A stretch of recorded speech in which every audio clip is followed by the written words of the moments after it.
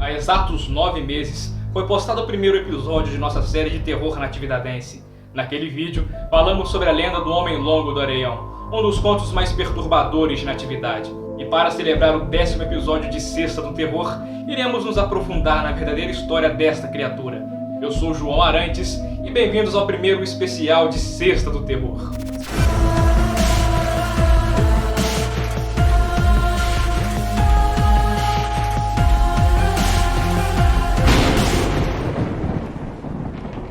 A lenda do Homem Longo. O Slenderman, como é conhecido pelo resto do mundo, é uma criação moderna, oriunda da internet, aparecendo pela primeira vez em 2009, em um site de horror sueco. O Slenderman é um personagem folclórico, conhecido por sua aparência esguia, ausência do que poderíamos chamar de rosto, e por sempre trajar um terno preto. Mas como este ser sem face veio parar em terras tropicais, especificamente aqui em Natividade? A referência mais antiga discutida sobre a lenda está nas pinturas rupestres encontradas no Parque Nacional Serra da Capivara, no nordeste do Brasil, que acredita-se remontarem a cerca de 9.000 a.C. Essas pinturas mostram um personagem estranhamente alongado, segurando uma criança pela mão. O relato do Homem Longo em Natividade ocorreu em 1923, há 101 anos. Tudo aconteceu no pacato bairro do Morro do Areião, local onde residia a família Rocha. Sob o teto familiar, encontravam-se o pai, Fernando Rocha, a mãe, Maria, e seus 2 filhos, Emílio e Vitor. E em uma gélida noite, por volta das 23 horas, um estridente grito ecoou pela vizinhança. Heitor, um colega dos Rocha, foi rapidamente ver o que havia acontecido. Ao chegar no local, deparou-se com Maria, que encontrava-se em estado de choque. Lacrimosa, contou ao vizinho que ocorreu minutos atrás. Ela relatou ao homem que uma figura alta, de pele pálida e de rosto ausente, adentrou sua morada e ceifou a vida de seus entes queridos. A matriarca foi a única que conseguiu sobreviver por ter se escondido debaixo da mesa. O vizinho, atordoado pelo relato daquela mãe desamparada, pediu para que a mesma o aguardasse do lado de fora. Ao entrar naquela casa, ele se deparou com um nauseante odor de enxofre impregnando o ambiente. Manchas sanguinolentas pintavam os interiores da morada, mas nenhum corpo estava à vista. O tempo passara rapidamente, já eram 11h30 da noite, e o vizinho não havia saído da residência. Desperta, Maria reuniu coragem e reentrou em sua casa. Novamente, aquele fedor de enxofre tomou conta do local. Vale destacar que, segundo os exorcistas da Igreja Católica, a presença de um forte odor de enxofre e carne podre em um local é tido como consequência da presença de um ser maligno, aliado de Lúcifer. Maria também não encontrou nenhum corpo. Ao chegar à cozinha, seus olhos marejados fitaram pela janela aquele homem longo, de pele pálida e sem rosto. Ele tinha aproximadamente 2 metros de estatura. E ao seu lado, o acompanhando, Maria consegue ver seus 2 filhos, que pareciam estar hipnotizados pela criatura. Subsequentemente, uma névoa misteriosa envolveu o Morro do Areião. Emília e Vitor, os filhos do casal, nunca mais foram vistos.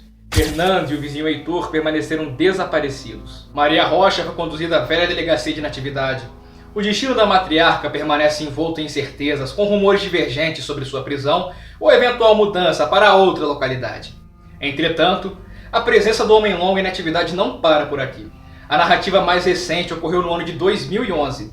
Pedro Luca, um jovem morador de nosso município, compartilhou uma experiência aterrorizante de sua infância que ainda o assombra. No dia ordinário do ano de 2011, enquanto brincava com seus amigos no bairro da Popular Nova, algo inexplicável aconteceu. Após horas de diversão jogando bola, Pedro foi chamado pelos pais para retornar à sua casa, onde o lanche familiar estava sendo preparado. O jovem Pedro, animado e despreocupado, recebeu a tarefa de ir buscar a comida. Enquanto caminhava pela tranquila noite estrelada de Natividade, sua mente estava repleta de expectativas, esperando testemunhar uma bola de fogo, semelhantes que caíram em Varriçai, em um município vizinho. No entanto, a atmosfera mudou drasticamente quando Pedro retornou do estabelecimento.